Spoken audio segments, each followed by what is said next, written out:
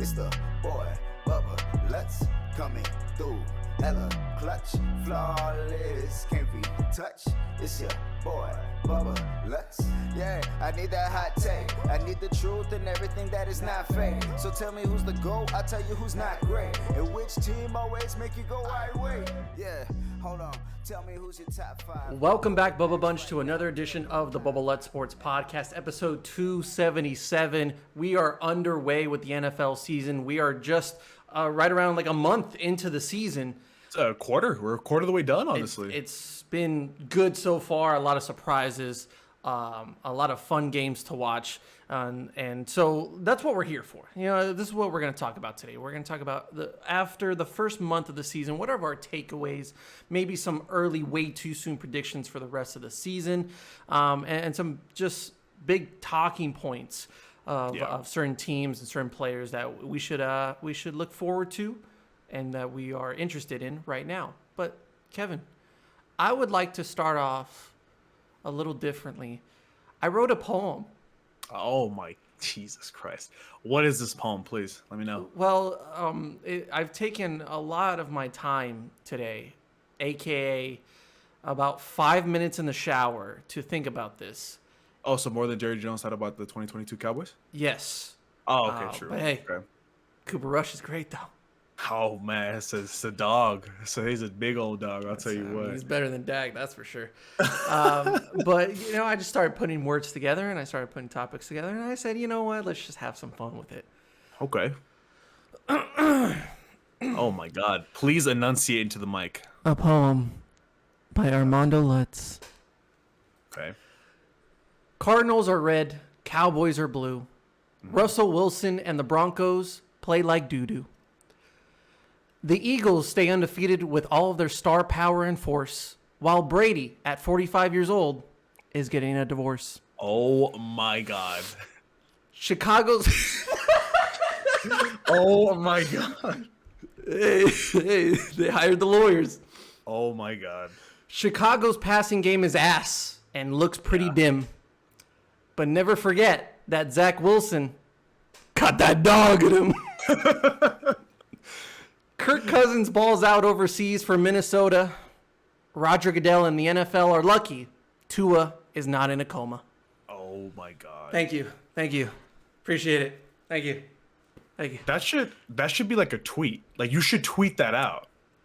To be honest, sir, I literally made that shit up like coming out of the shower, and I just wrote it down right now. So, whatever.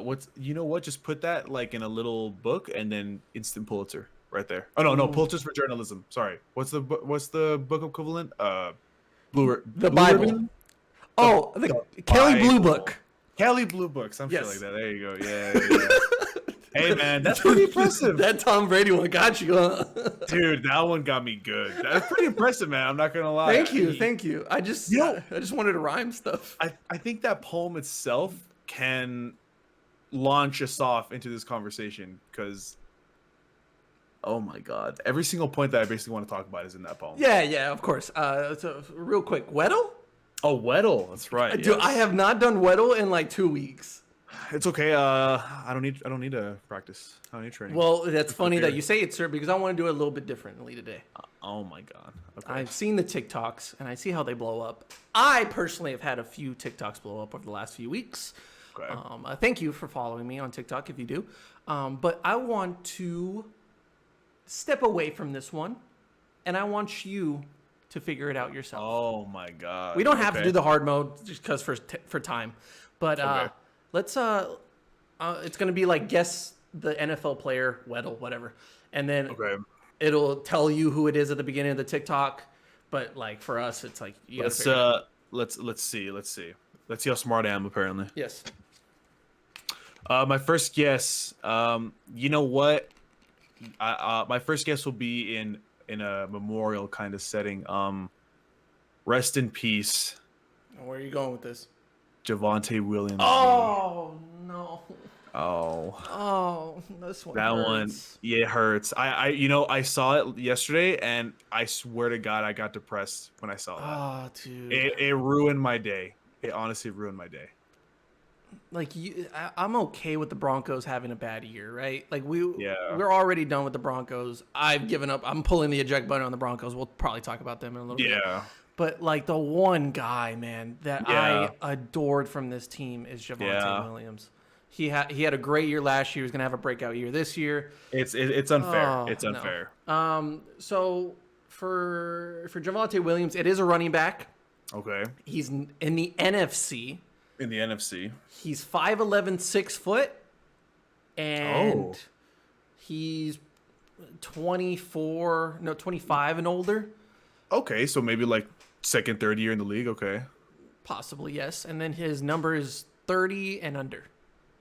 30 and under. Okay, that's pretty broad. Okay. How about Tony Pollard? Running back 1. Yeah, for sure. NFC East, Okay. but not the Cowboys. Okay. He is 25 years old.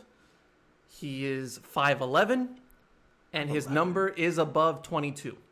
So Above we're 22. closing the gap there. Okay. Antonio Gibson.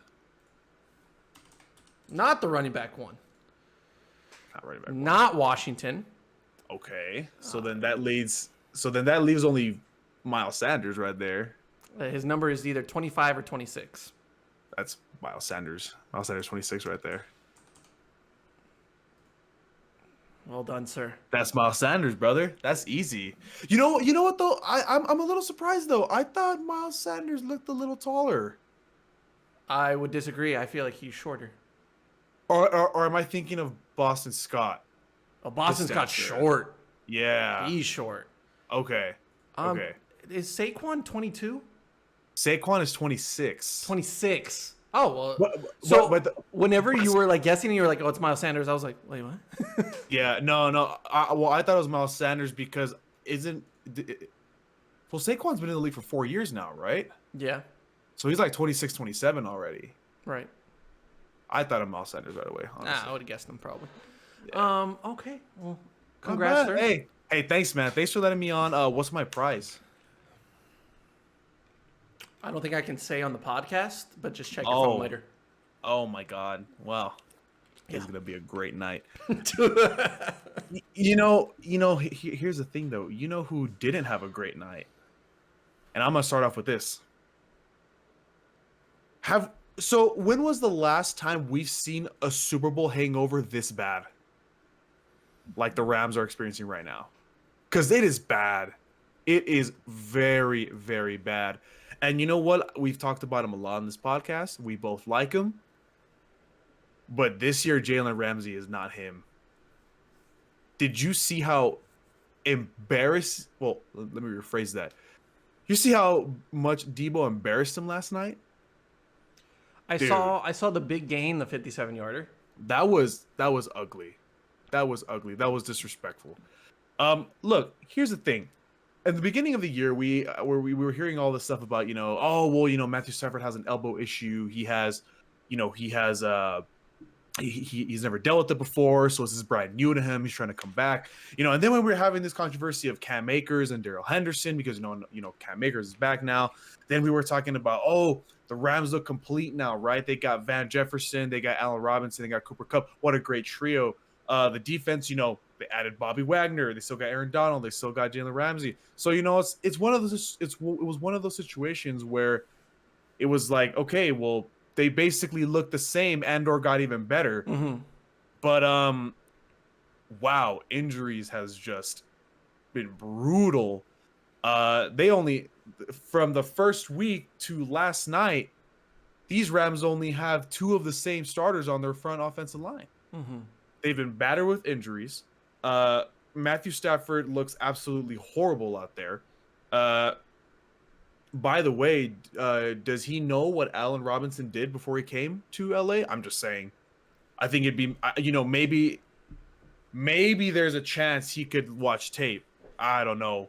And also, this whole Cam Akers, Darrell Henderson thing, it doesn't even look like a committee. It kind of just looks like, okay, well, here's Cam Akers for 4 yards. Here's Darrell Henderson for a drop off for 5. This offense just isn't working. It's not working at all. first of all, you get blown out by Buffalo. You almost let the Atlanta Falcons come back, so there's almost a switcheroo right there, right? You win. I think who was it? Who did they play week 3? They played. Did they play a division? Was it Seattle? Was it Seattle? I don't know. I have a let me pull it up. Go ahead. Well, either way. And then last night, here's the thing: we all knew that D'Amico Ryans, Arizona. Oh, That was not a great game. That was not a great game. Okay, so you beat Arizona, but you didn't beat Arizona good enough. Let's be real about that. No, they were sloppy. It was bad. And then you absolutely get humiliated by D'Amico Ryans in the San Francisco defense, who, by the way, we will see him in a head coaching position next year, probably. Let's be real. Dude, this is one of the sloppiest hangovers I've seen in a while. Like, I'm talking like Carolina Panther Super Bowl hangover. Like, this is bad, man. This is really, really bad. And you know what? If you want to make an argument that, like, okay, yeah, but like, look at the Bengals. The Bengals also don't look good like last year, right? But here's the thing, though. Like, at least the Bengals don't have like injured players, though.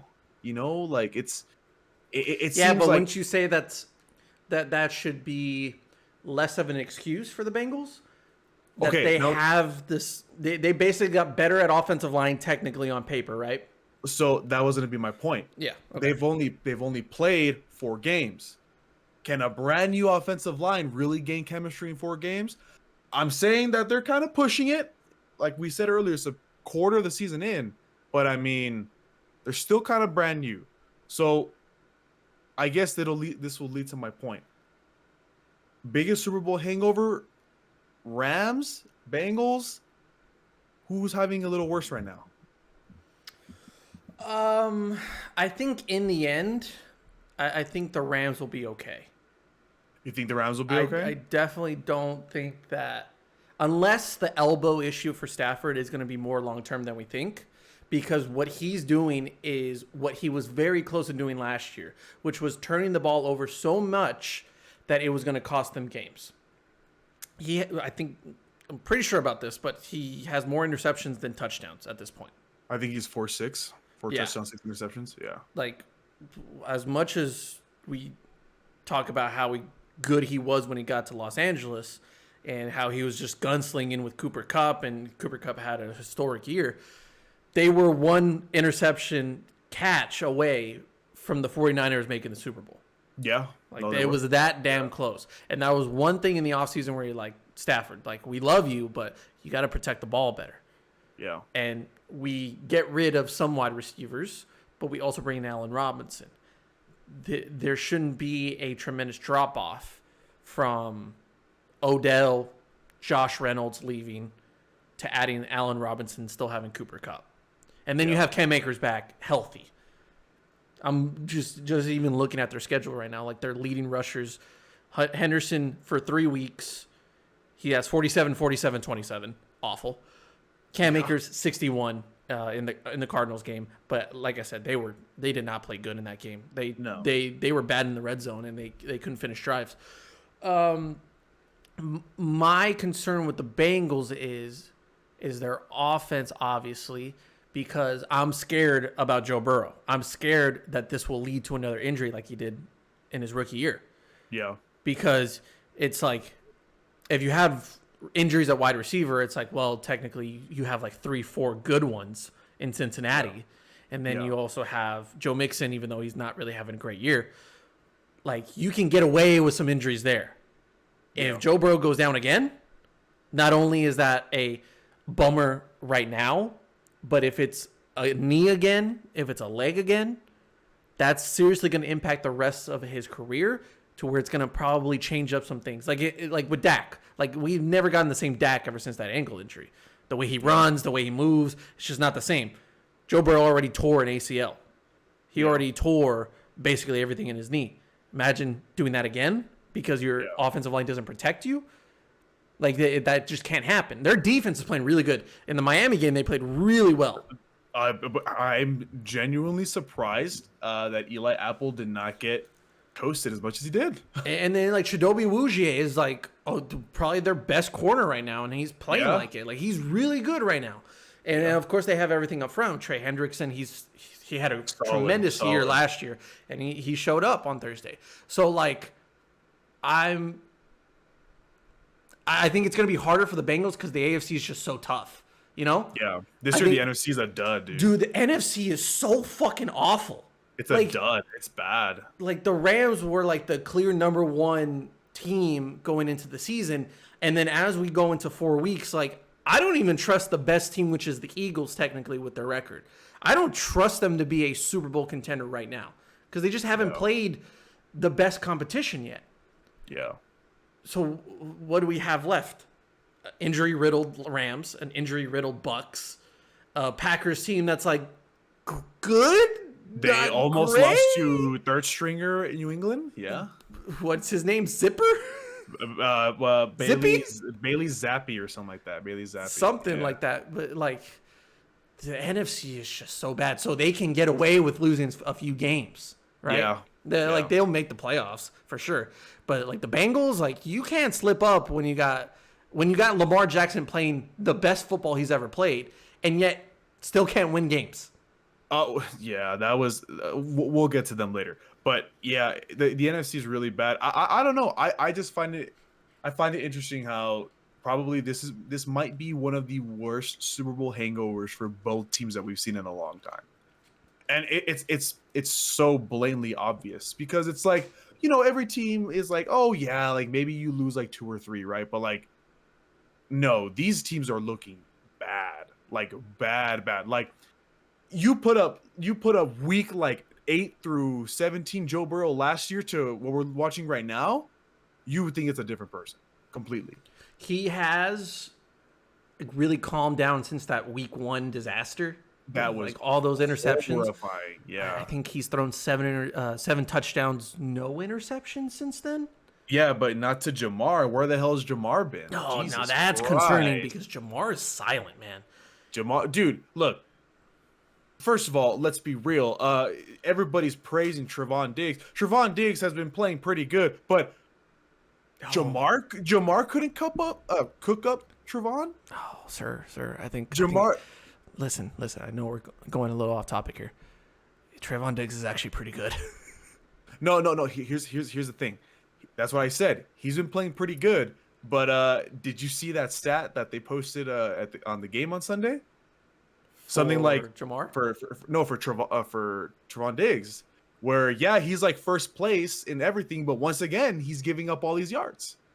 Once again, I think is he giving up that many yards? I don't think so. I saw a stat where it was like 100 already.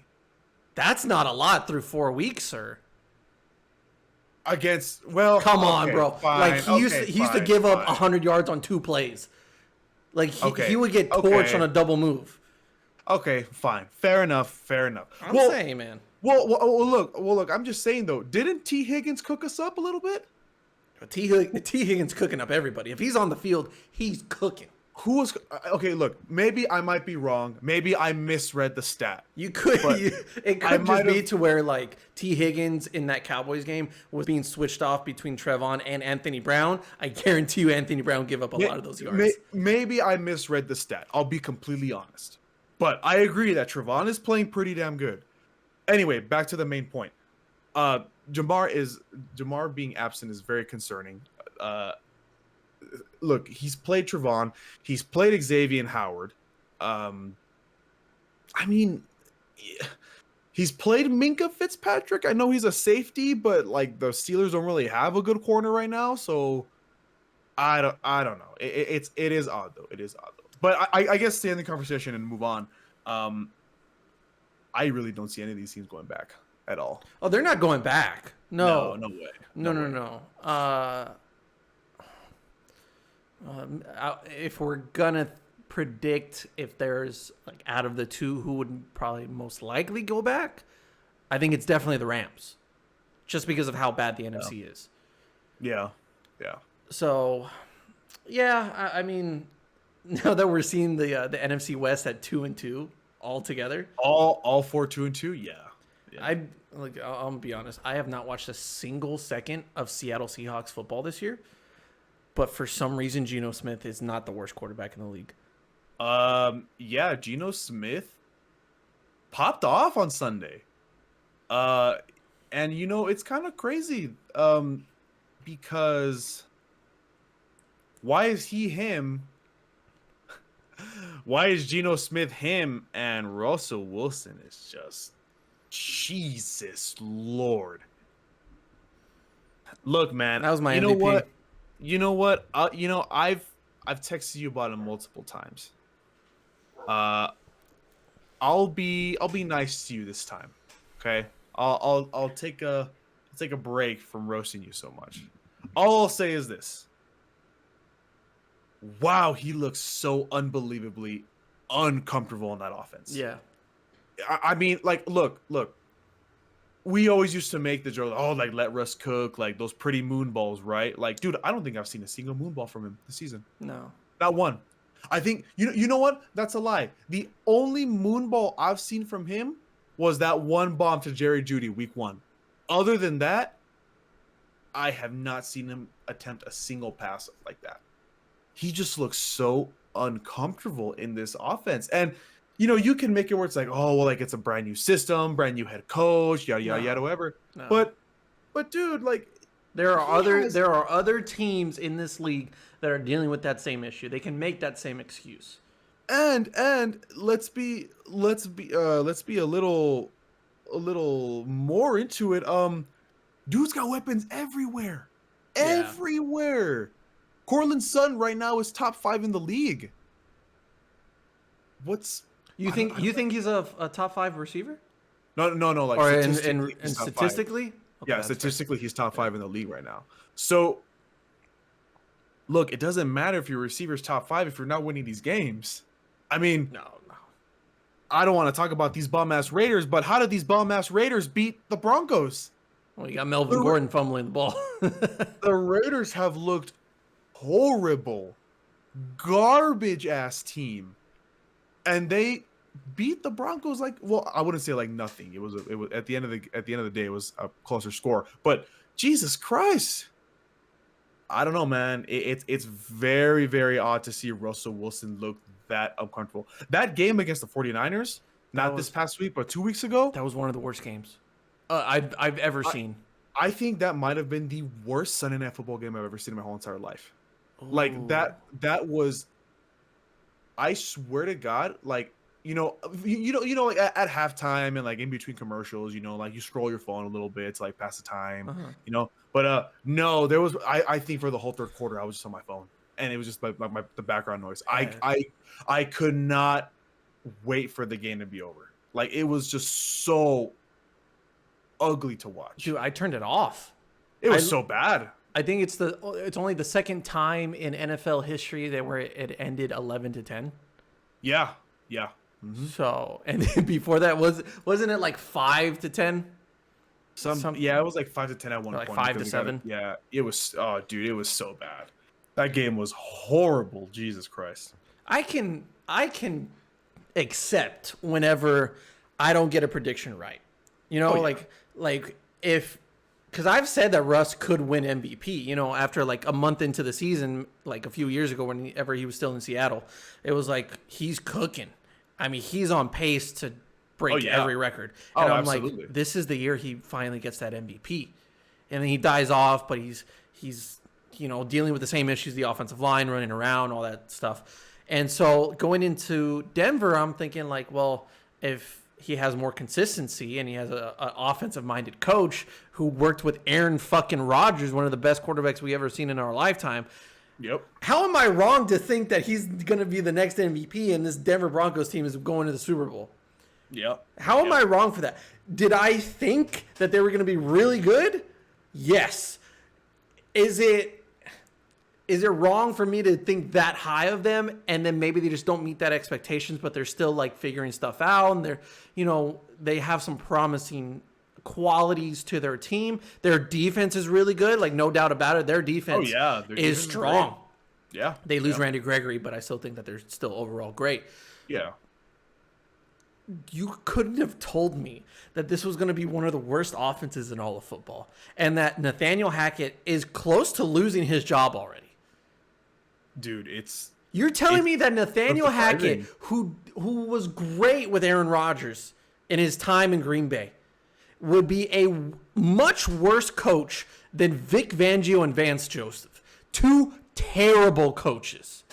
You mean to tell me I was supposed to think that they were going to be better than Nathaniel Hackett? Get the fuck out of here, man. You couldn't have prepared me for how bad the Denver Broncos are. It's so odd. It is so odd. And you know, fundamentally, Russell Wilson is a bad quarterback right now. Yeah. When have we ever said that about Russell Wilson? This is a guy that speaks fundamentals for a living. Oh yeah, for sure. His entire career, it's leadership, mental part of the game, football IQ, and that starts with the fundamentals, his footwork, and all that good stuff. The dude is standing fucking flat-footed when throwing 20 yards down the field. Yeah. Who does that? Yeah. Not even the worst quarterbacks in the league. Like, Davis Mills is not flat-footed when he's throwing. Yeah. You know? Like, Zach Wilson, not flat-footed, even though that was a problem in BYU. But, like, even him, like, he's not doing it. But Russell Wilson is? Yeah, it's odd, man. It's really weird to see how... It's really weird to see, like, how different the expectations have, I guess, like, devolved from these Broncos. And you know what? I guess, like, to expand the conversation, I'll add this. I don't think it's just the Broncos. I think it's that whole division. Dude, tell me right now that the Chiefs are not going to win this division. They might score 40 every single time. Dude, the Chiefs, like, we were saying that the most competitive division before this season went from the NFC West to the AFC West. Right. And now that is not true. That is not true at all. The Raiders are a hot piece of garbage. The Broncos don't have an identity because Russell Wilson forgot his fundamentals, sadly. Unfortunately, the Chargers have been bitten with the injury bug. Oh, Jesus, man. I mean, Jesus Christ. Like, that, we both said it. We both said it multiple times. I thought the Chargers were the favorite out of the AFC. I seriously thought the Chargers had a chance to beat the Bills before the season started. But not anymore. This team, they barely got J.C. Jackson back last week. Keenan Allen's been out since week 1. Justin Herbert can hardly breathe correctly, apparently, while throwing a pass. Austin Eckler barely broke out this week. Where has he been this whole entire time? Dude. You got Joey Bosa out for 2 months at least. And the worst part, Rashawn Slater's out for the season. Oh, dude. When I read that he ruptured both biceps, I was like, Jesus Christ, dude. What are you doing? How much force are you using to tear both of them? Jesus Christ. Dude, this division's done. Kansas City won. Yeah. No, for sure. Dude, they're at pace offensively the same as if Tyreek Hill was there. Oh yeah, that is hilarious. You say that. I saw a video, but the video was referencing a stat by Puff. Love Puff. Puff always. As of right now, like you just said, I think they are doing slightly better. Like slightly. Like it's not like a big margin, but it's either equal or slightly better to Tyreek. So does it matter to a certain extent? Well, it's funny that you say that because it's weird how great coaching, a great front office who fixes the things that you need fixing during the offseason and makes some moves to better the future of your team. And then you also have one of the greatest quarterbacks of all time. Oh, would you look at that? I didn't understand it. I didn't understand a single word you just said. I'm a Cowboys fan. Well, yeah, you're a Cowboys fan. Why would you? Because you know what? Yeah. 2 years ago, you have an embarrassing performance in the Super Bowl where your offensive line is nowhere to be seen. Garbage. What do you do in the offseason? Revamp the whole fucking thing. You draft the best center in the league as of right now. And you sign some guys and you signed Joe Tooney, veteran. You signed some guys on the right-hand side that are absolutely killing it right now. I mean, wow, what a shocker when you make moves. Crazy, right. huh? And then to further that point, you go into the next season last year with a better offensive line and your offense looks great again. But this offseason, you have basically nobody returning on defense. Almost nobody returned. Oh, yeah. They're leaving a free agency, and you're like, well, we got to revamp this whole thing again. What do? oh, would you look at that? Same coach, same system, different players. Somehow it's way better. Charvarius Ward went from oh no, Charvarius Ward is in San Francisco now. Sorry, my bad. Yes. Okay, fine, fair enough. Move on from him. George Karlaftis, that boy looking good. L'Jarius Sneed, He's like, looking they're coming good. along very nicely in that secondary. they're I mean, looking last year, good. think of like how last year there was like literally moments of pure humiliation for the secondary with Daniel Sorensen. Like this secondary was giving up big plays after big plays, and that's why they were losing games. You know, like Patrick Mahomes had his struggles, but this defense was giving up too many points. Yeah. What are they doing now? They're literally dominating every facet of the game. The one time you catch them on an off day, the bad Colts beat them. That's not going to happen again. You're not going to have a day like that. Patrick Mahomes has thrown one interception this year, and that was on the last play of that game. Yeah. You think that's going to happen again if they go up against the Colts in the playoffs or later in the year? I don't know. No. Yeah. The Chiefs easily have this division on lock. You know, it's funny because we can talk so much about the AFC because of just how many storylines there is. You know, you move on to you move a little bit up on the country, right? Look at Buffalo. Buffalo is a little odd right now. They're a little odd. They've got the injury bug as well, but I saw a stat. Josh Allen himself has more touchdowns than 12 teams in the NFL. Dude. Can you believe that? Think about that for a second. One player has more touchdowns than 12 organizations in the league. That dude saved this team on Sunday against the Ravens. Dude. Saved them. Oh, my God. Give credit to that defense. That defense played extremely better. They came out like a different defense in the second half against Lamar Jackson. Like they couldn't stop him. They contained him, which is very nice. Yeah. But throughout that whole game, Josh Allen tried his hardest to extend plays. He gave his body up, which you don't want to see, but in circumstances like this, he does it in the right situations. He's not just doing it for tomfoolery. Like he's doing it for first down to extend a drive to get to the opposing side of the field or to get into field goal range, at least get it to 4th and short. Like this dude did everything he possibly could on Sunday to come back in that game. And you can sense that in this team that's like, damn man, like we can't just stop because Josh Allen's just out here balling out. Like we got to make a play too. You know, he's giving it his all. Like they have no running game. Absolutely no running game in Buffalo, and that's been their like kryptonite over the last few years, ever since Josh Allen really made that jump. Is that Devin Singletary, Zach Moss, and now they have James Cook. Like none of these guys like are able to really get anything going to where it's now like you got to worry about both running and passing in this offense. Yeah. But since you only have to worry about the passing game, yet you can't stop him because he's just running around. He's his own running game. I don't know, man. I feel like the Buffalo Bills are fine. So here's the thing, right? So like I don't think it's anything to be concerned about, you know? No, I agree. I just think what I meant when I said that the Buffalo Bills are a little weird, right? It's because like I think let's be real, right? Everybody had an opinion about the Dolphins this year, right? Everybody had an opinion that, oh, well, this is Tua's prove-it year. This is the Dolphins. You know, maybe the Dolphins could be good. Maybe they could be, second place, third place. Doesn't matter. But for the expectations we had about the Buffalo Bills and how great Josh Allen is playing, we did not expect Miami to beat them the way they did a week ago. Yeah. Not even to mention, like you said, they had a great comeback. They looked like a different team second half. But Buffalo down 20-3 at halftime. That's not Buffalo. You know what I'm saying? So I agree with you. They're going to be fine. I just think there's been a little surprises this year that has caught people off guard about Buffalo. I'm not going to lie to you. The Ravens are my surprise team.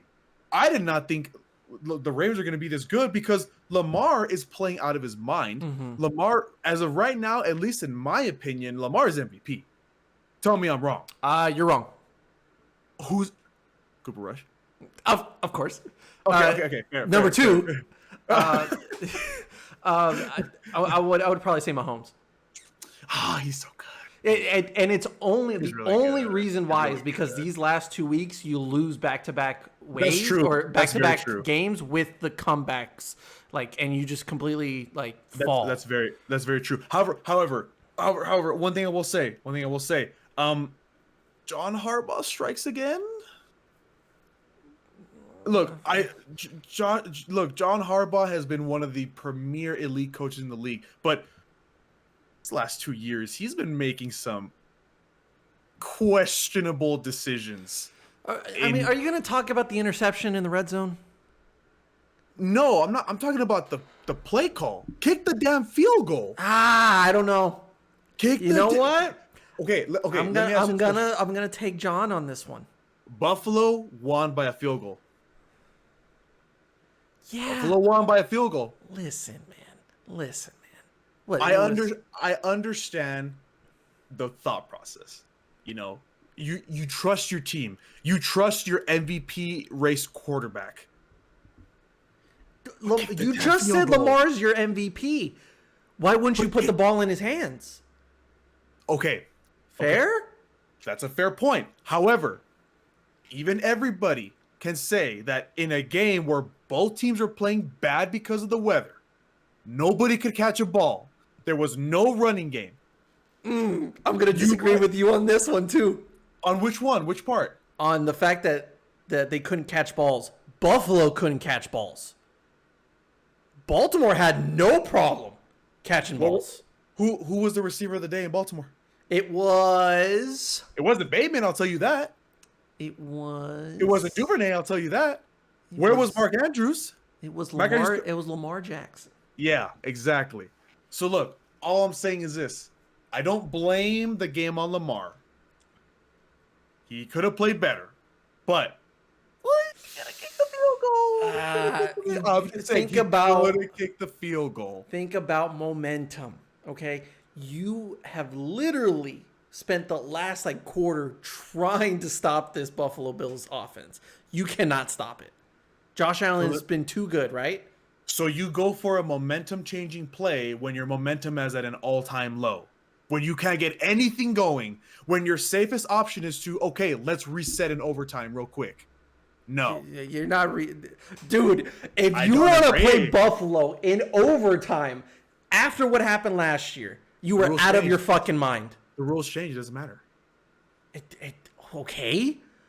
The rules change. You don't think that Josh Allen's going to be like, or this defense who has literally stopped you this entire second half is not going to be like, oh, it's overtime. They're fucked. They are so fucked. Sorry, man. I don't agree. You are not. I just don't agree. If Buffalo plays an overtime game this year, they are not losing. I just don't agree. I'm sorry. I just won't. Maybe a pass was not the right play, but to put Lamar game on the line, and if you don't get it, then you have them at what, the 2? What was it? The 4? It was like the 4, 3 or 4. It was inside the 5, right? Yeah, something like that. You got to think that defense is too damn good to just give up all those yards. Don't you think? They apparently did. Should we put more? We should put more pressure on this defense for having too many damn good players that just aren't playing at an elite level. If we're going to go after the Los Angeles Rams and we're going to go after Jalen Ramsey, why aren't we going after Marlon Humphrey? Why are we not going after Calais Campbell, who gave up a penalty late in that game? That was an ugly penalty, yeah. Why are we not looking at them rather than Lamar Jackson or this head coach? Because that was a perfect first half. Because he shouldn't have put them in that position in the first place. It would have been a safe field goal. They would have had the lead. Okay, let's say they did blow it like they did. Again, at least it would have been overtime. I know you have an argument where the Buffalo Bills are 15,000-0 in overtime. They're gonna be. But still, at least there was a chance. This is the 4th time John Harbaugh No. Third time. John Harbaugh lost them 2 games last season. Remember when those 2 games could have gotten in the playoffs? Mm-hmm. I know it's an early season, and I'm not saying that this game is going to cost them the playoffs. But you never know. You never know. It was the Bills. If the Ravens continue to play like they have the first 3 weeks before this last week, a tiebreaker could be involved. Who knows? Buffalo 1, Ravens 2. Who knows? Buffalo 2, Ravens 3. You never know. That's just my whole entire point. Yeah. As much as I agree with your saying that, because I did say earlier that in my opinion, right now, Lamar's top 2, maybe 1 in my opinion. I can agree that it's him and Patty. I agree that you want to put it in your playmakers' hands, but I think there's a fine line between if you're playing, let's say you're playing like New York, right? Like the Jets, where it's 20-20. Yeah, obviously you're gonna go for it, and that's against the Jets. But we're talking about the Bills. We're talking about the Bills that have Josh Allen on the other side, where they're gonna kick a field goal at least. Might as well be safe about it. That's my point. That's my point. Fair. That's my point. So, either way, transitioning to these Ravens, real quick, because I want to talk about something else. Hey, man. These Ravens looking good. These Ravens are looking, at least, when they don't play in bad weather, apparently, they're looking pretty good. Lamar's playing out of his mind. I'm Holy gonna say. fuck, he's playing out of his mind. Like, I feel like Ravens fans are going through the exact same thing that Cowboys fans went through when we didn't pay Dak that one year, and it would have been way cheaper. Because now it's this. Who are you to say no when Lamar asks you for 50? You're going to say no to Lamar? When everybody else in the league is going to say yes. Dude, that's your dumbass fault for not paying. Right.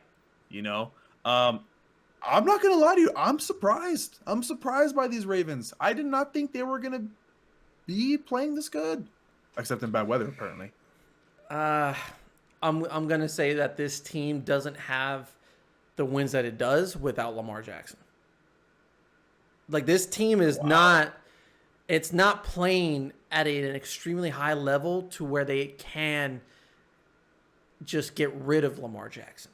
Oh no. Everything goes back to Lamar. So I feel like I'm sorry to interrupt you, but maybe this will help your point, the way you're going. I feel like these Ravens look like the Packers every single year. Where it's like the defense is just good enough. Maybe they'll lose a couple games, but the defense is good enough. And Aaron Rodgers, aka in this situation Lamar, is just carrying this team. Like, we put a lot of praise on the Packers defense, who is good. Like, they have a lot of great talented players. And then every year we're always like, what happened? There's always that one game where you're like, that's not the place or the time to have a bad game defensively. Yeah. I can say the same about Baltimore. Like, every year I'm like, this defense is stacked, man. Like, they have too many damn good players. They have a really good pass rush. How are they just not, like, getting the job done in the playoffs? Yeah. And I mean, like, when we talk about Lamar's contract, I don't disagree with the Ravens organization, like, saying maybe we should wait. On one hand, like, I think Lamar Jackson is a generational talent, like 1 in a million type of guy. And if you try to replace him, you'll probably fail completely, especially like with the rookie quarterbacks this year. Like, if you try to get a quarterback this year, you're out of your mind, right? I don't even remember Kenny Pickett. That's another story. Anyway. Yeah. But, like, so I can understand, like, maybe we don't want to give you all that money because really you haven't proven anything in the playoffs. And there are times where I feel like you're frustrated and you get angry, and that's when you just completely go off the rails. You don't really keep this team together. But then you also got to read the room. You also got to look at the last few performances and say, damn, we were wrong. All right, Lamar, let's just give you the money. Like, everybody loves you in the locker room. You are a great person to have around. You bring a beautiful atmosphere to this team. Everybody embodies your culture, your vibe, everything like that. And damn, you're good at football. Yeah. And I think he's made the strides as a passer enough for me to be like, something's different about Lamar this year. Oh yeah. Like, that's what I wanted to see, and he did it. Like, we're like looking at Kyler and being like, dude, you got to be better at certain things. Has he done that? Not really. He's the same old Kyler who's going to win you some games because he's just running around the field. But then when the going gets tough against better competition, you're like, he gives up. Like you're just gonna wait for double XP weekend, you know? Yeah. Like he stays undefeated when it's not double XP weekend. Well, when double XP weekend comes, you know, Warzone 2's coming out. By the way, he's currently 53-0 when there's no double XP weekend. Just saying. But there's gonna come a time and a point to where you're gonna have a double XP weekend. Yeah. But so that's where I'm like, we put the pressure on Kyler, he's not doing it. We're putting the pressure on Lamar, and he's doing it. The dude, the way he throws the ball in rainy conditions, it zips. Yeah. It was beautiful. Yeah. I love Lamar. I think he's done really fantastic. He's doing better than he did in the MVP year. But statistically he is. Yeah. And I think that he's a better quarterback. That's the emphasis here. That's what should be in air quotes, is that he's a better quarterback, not just a better player. He's a better quarterback this year, and that's what matters with this Baltimore Ravens team. Do I think that they are a Super Bowl contender? No. I just don't trust this team right now. I say a for sure divisional, possible conference, maybe Possible, but for conference. sure divisional. But for sure divisional, for sure. I'm saying, man, if you put them up against Buffalo, like we saw on Sunday. Okay, but Buffalo in normal conditions, right? Buffalo in normal conditions, you'll probably have to play them at Buffalo. More than likely. That you don't want that. And that's cold as hell. That's true. Yeah, especially in that time. Yeah. And then if you just look at the others, against the Chiefs, they're not beating the Chiefs. Oh no, dude! I really want to see. I really want to see that rematch.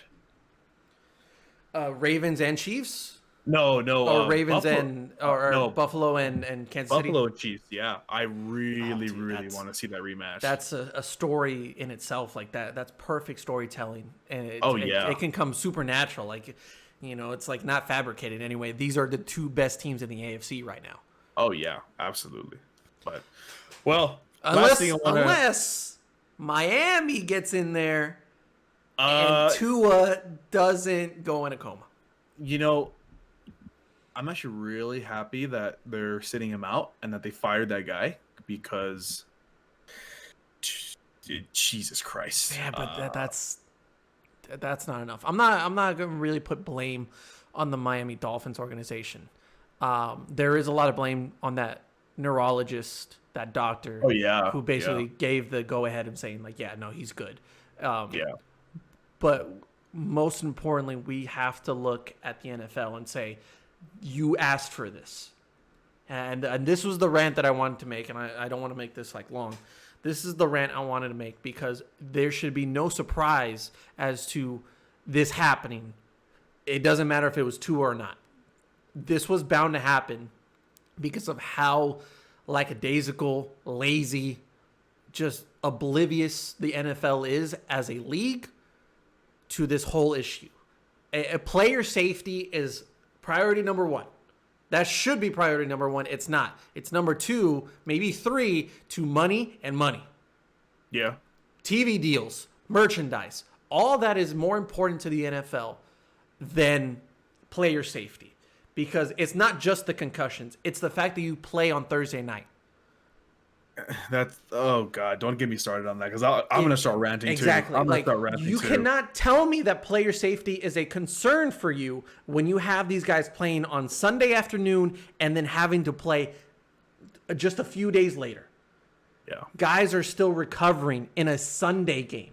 If they have a week to recover, they are still battered. They are still not 100%. They are still recovering from their injuries from the week prior. Yeah. But if you want to prioritize player safety, you don't have a Thursday night game. You don't. You never have it. Maybe a Friday game. Maybe a Saturday game. Maybe. I really like the Saturday games. And I know that conflicts with college football. And that's really ultimately like the money's going to be the biggest thing here. It's never going to change. But if you're the NFL and you're saying player safety, we got to look at that. And not only are we putting other guys out there that are banged up, like the Chargers and Chiefs game. Yeah. Like, I get it. It's the first game of Amazon Prime. It's gonna put up big numbers. There's gonna be a lot of subscriptions, and it's two of the best teams in the NFL. So it would make perfect sense to bring them in. Keenan Allen's out for that game. You have Justin Herbert get hurt in that game. Why was he even out there, dude? I couldn't believe that. Like, the money is so tunnel visioned to the NFL because they want this game to be the number one priority on Thursday night.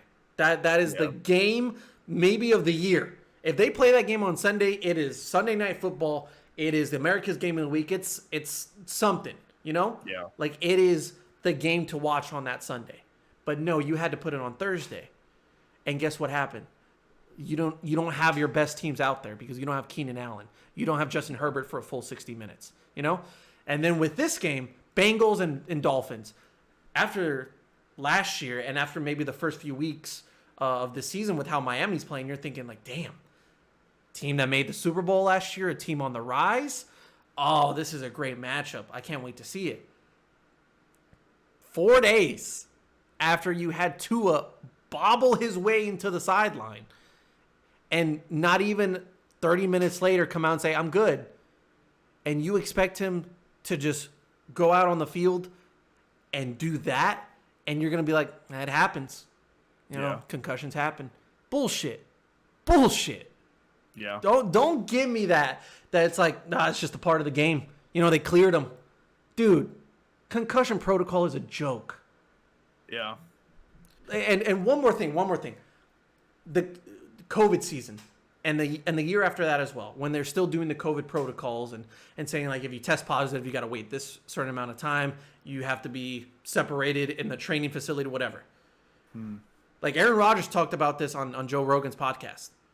And I thought it was very, like, he wanted to expose the NFL in a sense and call them out for their tactics and say, like, it was pointless.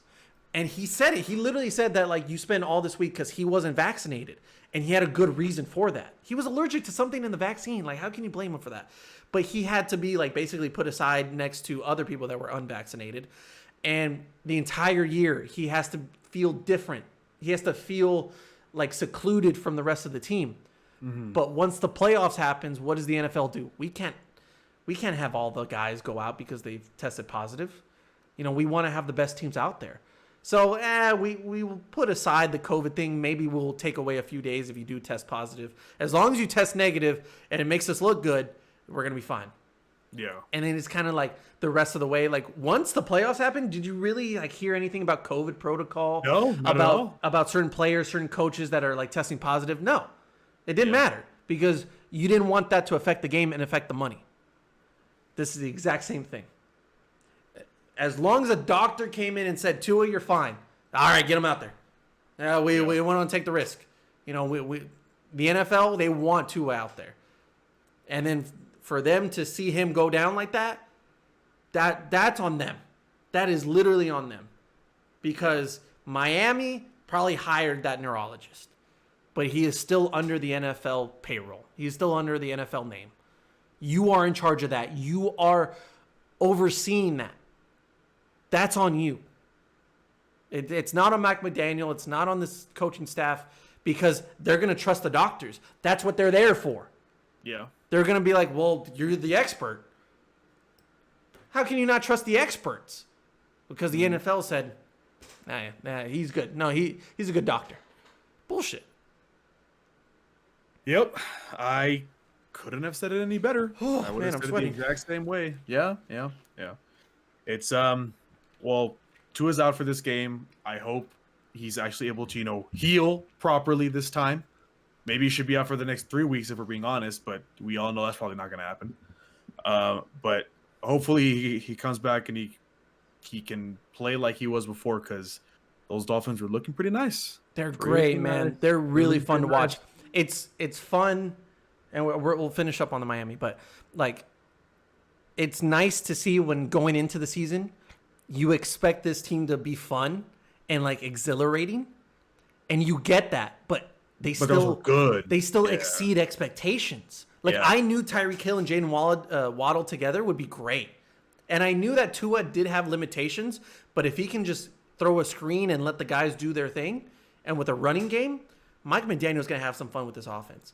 That's exactly what's happening. But for some reason, I'm like, damn, that's cool. Like, Fun. Yeah, it's fun. The for sure. Buffalo game was fun. Oh yeah. Well, wasn't fun for them. Jesus Christ! You see how much they were dying out there in that heat? Oh, Jesus. yeah. But, like, it makes you think, like, what if we get this in the playoffs? Like, that would be great. Oh yeah, absolutely.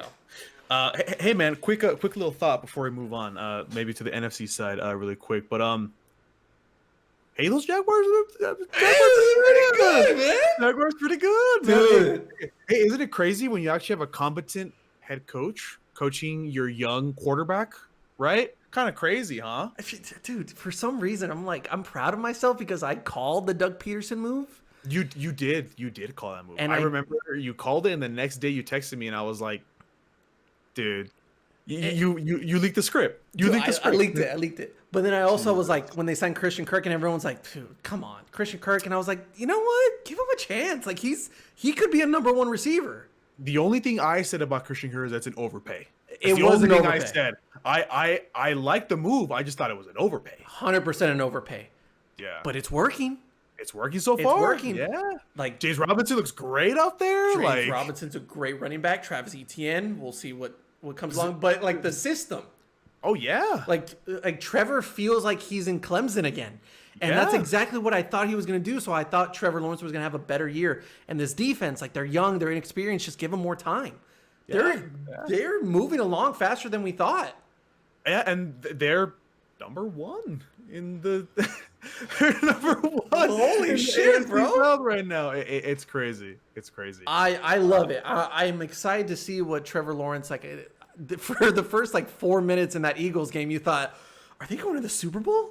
Like, Yeah, they went up like 14-0 in like the first quarter, and I was like, pick six, and you're just I was like, oh my god, like what's happening? Like, yeah, it's yeah. fine. Like, I'm thinking 6-7 wins for them, and that's probably what they're going to be at, maybe 8. But you know what? We'll take that. I still at 8 or 9. I said 8 or 9 in the beginning. No. Actually, that's a lie. I said 6 to 8. That's what I said for these Jaguars. But I mean, you never know. I mean, Maybe what they got 2 now, right? They're 2 look, and 2. They're 2 and 2. Look, technically, they still have to play their division, and their division is hot garbage right now. So that's an easy 6 wins or whatever. Bro, So you mean you tell me that, like, Josh Allen isn't, like, salivating at the idea of getting to Matt Ryan or Davis Mills. or Davis Mills? Well, the secondary is gonna like Davis Mills. Oh yeah, for sure. He just throws the ball to their direction. Yeah, But yeah. like, I mean, just stop Jonathan Taylor and you just won yourself the game.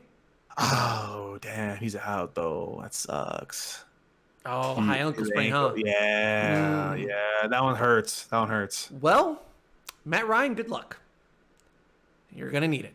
Oh man, you know what? You know So what? Though? old. He's so, like, out of his prime. It's He so doesn't bad. look. He doesn't look good. Oh, yeah, he should He have retired almost- 3 years ago.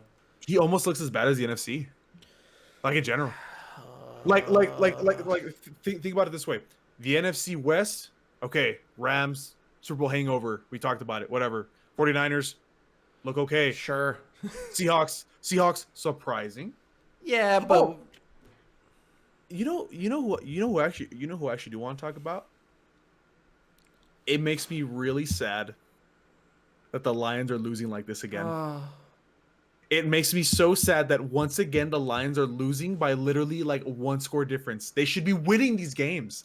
They're fighting so hard and they're playing their hearts out. God damn it! By the way, 3 years late, but hey, congratulations on Jeff Okuda.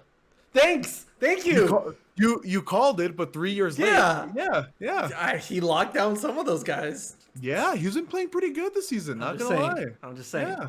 I mean, Yeah. they couldn't stop fucking who they play this week? Seattle. The Seahawks, yeah. They couldn't stop them and get them off the field at any point during the game. But you know what? I'll take but the Jeff besides that, Okuda. Yeah, I'll take the Jeff Okuda. Yeah. These Lions have been playing great. It's just, Dude, just a little more. I feel little so more. proud to say that, like, they've scored the most points in the NFL this year. Isn't that crazy? Isn't that? And they're 1-3. But they've That's also given up the stupid. most points. I saw this tweet and it was all like, if you're a fantasy owner, like you're gonna love the Lions offense, right? Right. but never play their defense. Dude, imagine Never how, play like, what's the their percentage of defense. people that have the Lions defense right now? I saw this guy on TikTok. He posted his fantasy lineup of how bad he did, and the Lions defense had like -9. And I was like, Damn, oh my god, it was so bad. Because like you can start getting negative at like 30 points. Like if Well, they score yeah. 30 points, right? Yeah, if you are strictly like no interceptions, no fumbles, No no sacks, sacks, yeah. you hit the negatives at I think like 34 points or something like that. Ooh. So yeah, What they score 46. they scored 48. Oh. So they were -9. But apparently they had a fumble recovery, so it would have been even worse. Apparently, Oh, hey. They got it would have been worse. They didn't have Jeff Okuda.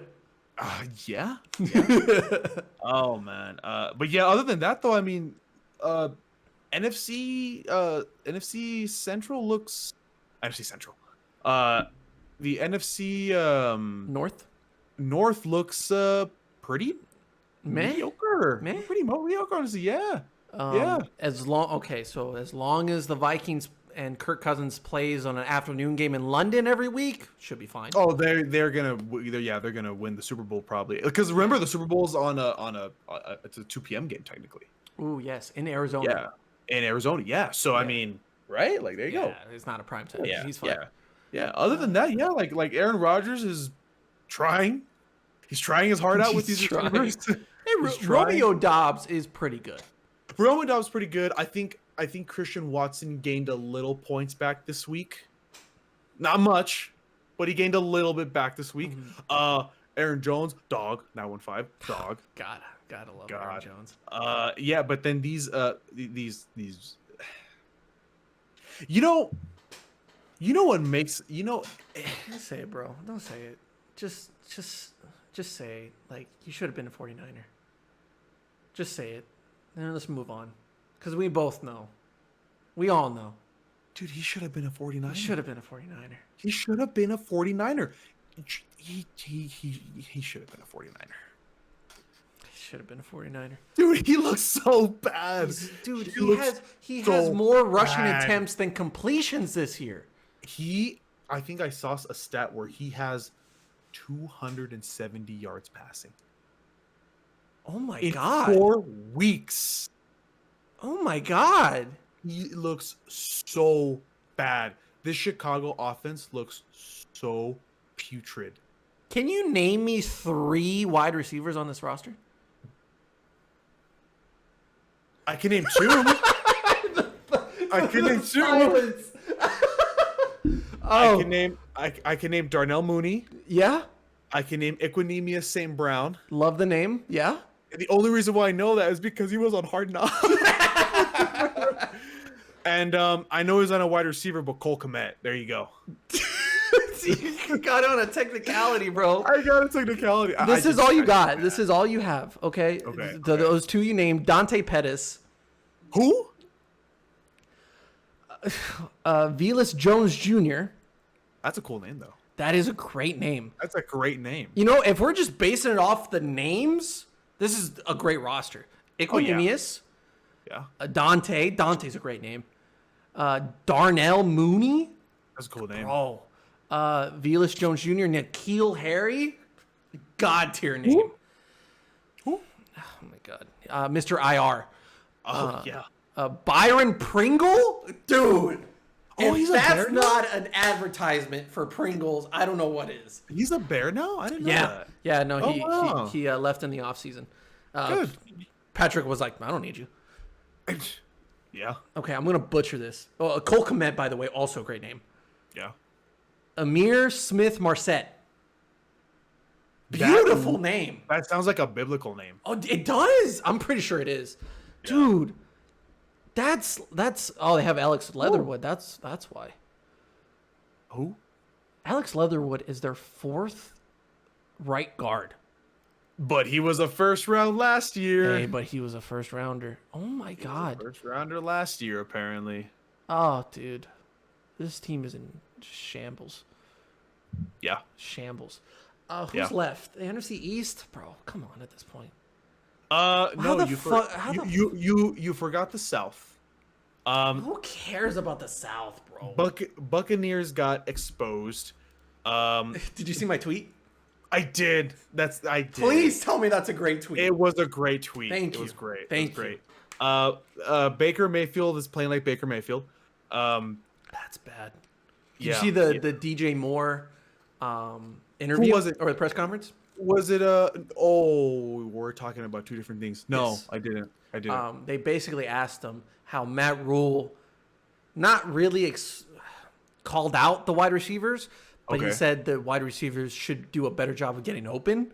Ew. And immediately DJ was like, I'm always open. I mean, and then he was like, well, our definition of being wide open is different then. Because like 1, 5, 10 yards, it's still open. Yeah. So you're going to have to ask him about that. And I was like, dude, this guy wants to leave so fucking bad. Dude, that locker room is in shambles. Shambles. Imagine what Robbie Anderson's feeling like. Like, he hated the He fact that literally- Baker came in. He literally posted a tweet saying "fuck" when he got traded. Oh my god! And Yeah, like, it's bad. at least, like, it would have been a nice moment if, like, Baker, like, balled out and he was like, you know what? He's not so bad after all. Yeah, you know the first game against Cleveland when he said I'm gonna fuck him up. I was like, oh, this might be the return, Dude. Like this is This And is then they University of lost. Kansas grabbing the junk. No And then they handshakes. lost. And I was just like, oh. So once again, Odell was right. It's like, dude, like, There's like a thing where it's like blurry God. vision, and it's like DJ Moore, and then you clean the glasses, it's Odell. yeah. It's the Yeah. same thing. So now DJ Moore is experiencing what Odell was. Yeah. And it was also Baker's fault. Also, might I add, thank you for saying that out loud for the first Thank time you. ever. Yeah. Also, can we please save Christian McCaffrey? Trade him. Go. That is the best interest for both teams, or for both sides, I should say. Like, Christian McCaffrey finally moves on, goes somewhere else, gets a fresh start, right? I said at the beginning of the season, and I'm pretty sure people would just call me crazy, but it's like, trade Christian McCaffrey. And then you're yeah. like, why? And I'm like, because you still have value in him before he gets out of bed and he twists his ankle. He's been on the fucking injury list like 4 times now. You know what's crazy thing about this? And let me know if you ever thought about this. I was so scared coming into the season because you know what this whole Christian McCaffrey situation reminded me of? The Todd Gurley situation. Yeah. Yes. Dude, It's a very good Gurley, point. Todd Gurley was bar none the best running back in the league 4 years ago. You cannot even give me any other name. You would be wrong. Christian McCaffrey was the best running back like 3 years ago, 2 years ago. And look at him now. Yeah, he's performing okay now, but he was on the verge, dude. He was this close to becoming Todd Gurley 2.0. Dude, And it's he sad. was so close to breaking records. And Records. And 2 years in a row, just injury. And now it's like, well, playing okay. You can still get value out of him. Oh, I'm sorry, to go back to really quick. The news that I was talking about DJ Moore was that a lot of people were like speculating stuff about him going to like the Giants or him going to Green Bay. Those two teams. I saw that on Yeah, Twitter. yeah. And I was yeah. like, Aaron Rodgers and DJ Moore? Would be insane. Yeah. But maybe New York needs to hold off on that because they got. I don't even think like they got robbed is the phrase. Like they got bamboozled. They got turned around. They got chicka-chicka'd. Like, dude, oh my god. Yeah, like chicka-chicka'd, like money. Like, dude, Kenny Galladay just came in there. Kenny Galladay just came in there and was like, oh, hey, here's what I did in Detroit. Yoink. And the Giants are like, oh, cool, man. Here's $72 million. And I said, and then, he was like, oh, that's what I did in Detroit, but not here. No. Hey, did you know that we have more receiving yards than Kenny Galladay? You're so Did you know that? Did you know that? I did know that, yes. So listen, I'm just saying, right? Like I'm not trying to, I'm not trying to say I deserve $72 million, but listen, your boy popped off this past season in flag football. So I mean, I'm not saying I deserve $72 million, but I'm just saying that I have more receiving yards than Kenny Galladay. In just 1 week of playing this season, coming off of a meniscus tear, Zach Wilson has more receiving touchdowns than Kenny Galladay. I don't think Kenny Galladay knows what a touchdown is. Yikes. I don't think any of those receivers know. No. Well, yes, that's true, but let's What's left? What's left? Kadarius, that's it. Did they use him? Well, he's been injured. I don't know about that one. He's been injured. I don't know about that one. Oh, you mean like injured? Yeah. Yeah, me? Yeah, fair. Because I mean, he's clearly the best receiver on your team, right? Oh, absolutely. And, well, no, technically Saquon is. Of course, yes. Also, remember Saquon was QB1 for like the last quarter. Yeah. Well, I don't know if you saw that, but it was. I saw the Wildcat. Yeah, I saw the Wildcat. Yeah. Jake Fromm is going to be your answer. Ooh, you know what? They're bringing him back apparently. So yeah. I'm a fan of Jake Fromm. I don't have an opinion. I did not see him in college. Just let him play. Do they play Atlanta at some point? So that way he can play in Georgia. I think so. Because he'll throw dimes all day. I don't know, but maybe. I'll take a look at that. You know what? What's weird about Daniel Jones? We got to wrap this up. But Daniel Jones is playing just good enough to where he can keep his job. That will put Dable and the Giants organization in a pickle, thinking like, well, he did better than he's done all of his career in the first year of our system. Maybe we should give him another shot. So here's my answer to that. As a Cowboy fan, please sign him to a 45-year contract, right? Great. Yeah, like Eli. Yeah. Oh, yeah. Yeah, keep him until he's nothing.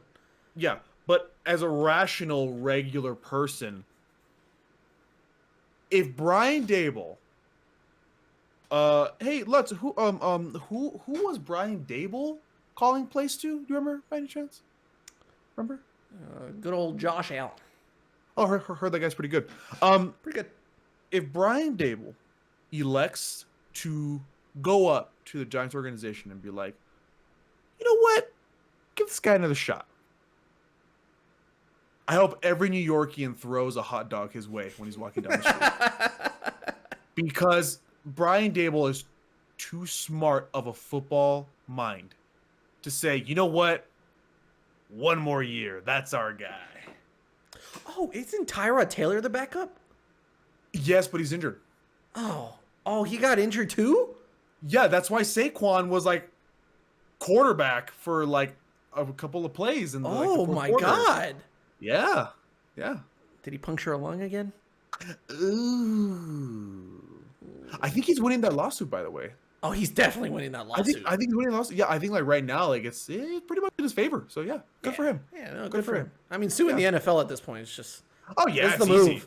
It's easy, right? Yeah. Okay, so final thought. Let's make our final thought wrap up. Carson Wentz is fucking garbage. Well, that's a good one. That's a good one. Yeah. He's so fucking bad. He's really bad. He's really, really bad. Bad. You know what's crazy too is that like the first two games, like he was still bad, but he was getting bailed out, right? Because like Curtis Samuel's having like a rejuvenation year, Curtis right? Samuel looks good. Yeah, great, right? And then, but like against the Eagles and the Cowboys, like ghosts. Like he's seeing ghosts out there. Did you know that I read somewhere that there has not been a quarterback that has thrown that has been penalized for 3 intentional groundings in a game since like the early 2000s or something like that. Can you believe that? That's a crazy stat. I didn't know that. I saw it the other day and I was like, wow, that's interesting. He's so bad. He is so unbelievably bad. We have to wrap this up, so I'll say it quick. I don't remember if it was Ryan Clark or Dan Orlovsky. I think it was Dan Orlovsky. So I'll say it like this.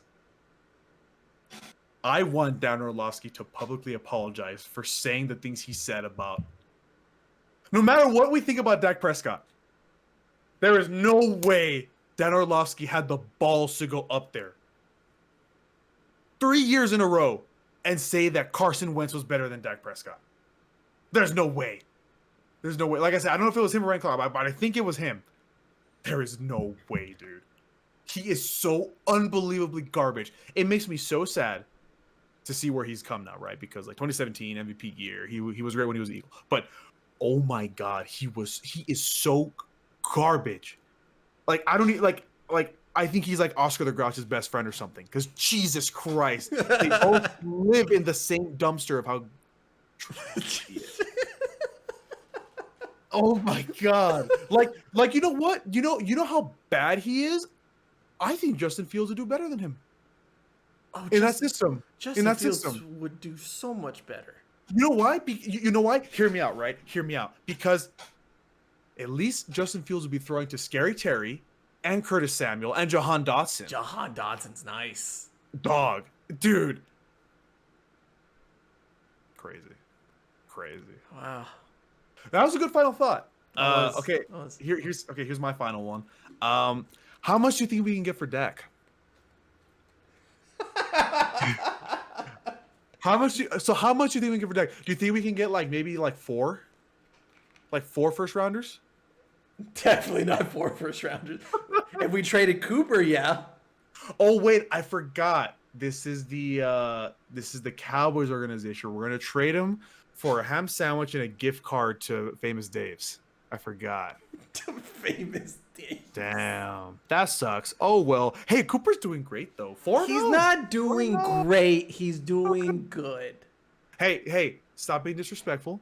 He is going to have the record-breaking game-managing quarterback season this year. I called it. I texted it to you the other day. What did I say? I said he's going to throw for 3,700 yards, which is great for a game manager, elite top tier, and 25 touchdowns. Okay, so my question back is, how much do we get for Dak? One. Say a first rounder. Okay.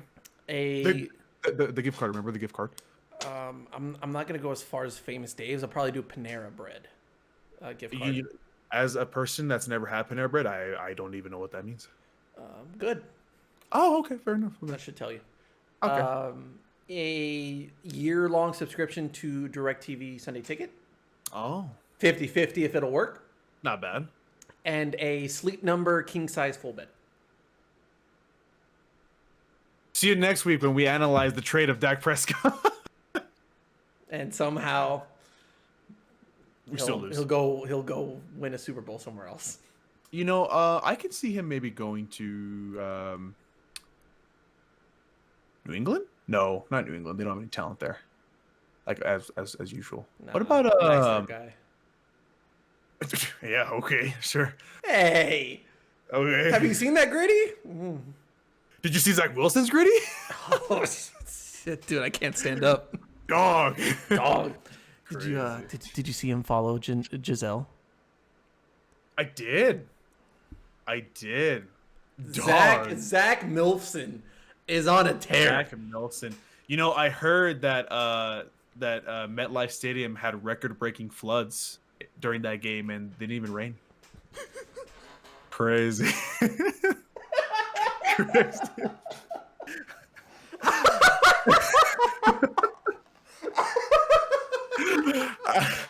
I mean, you didn't even rain. You just got that dog in him.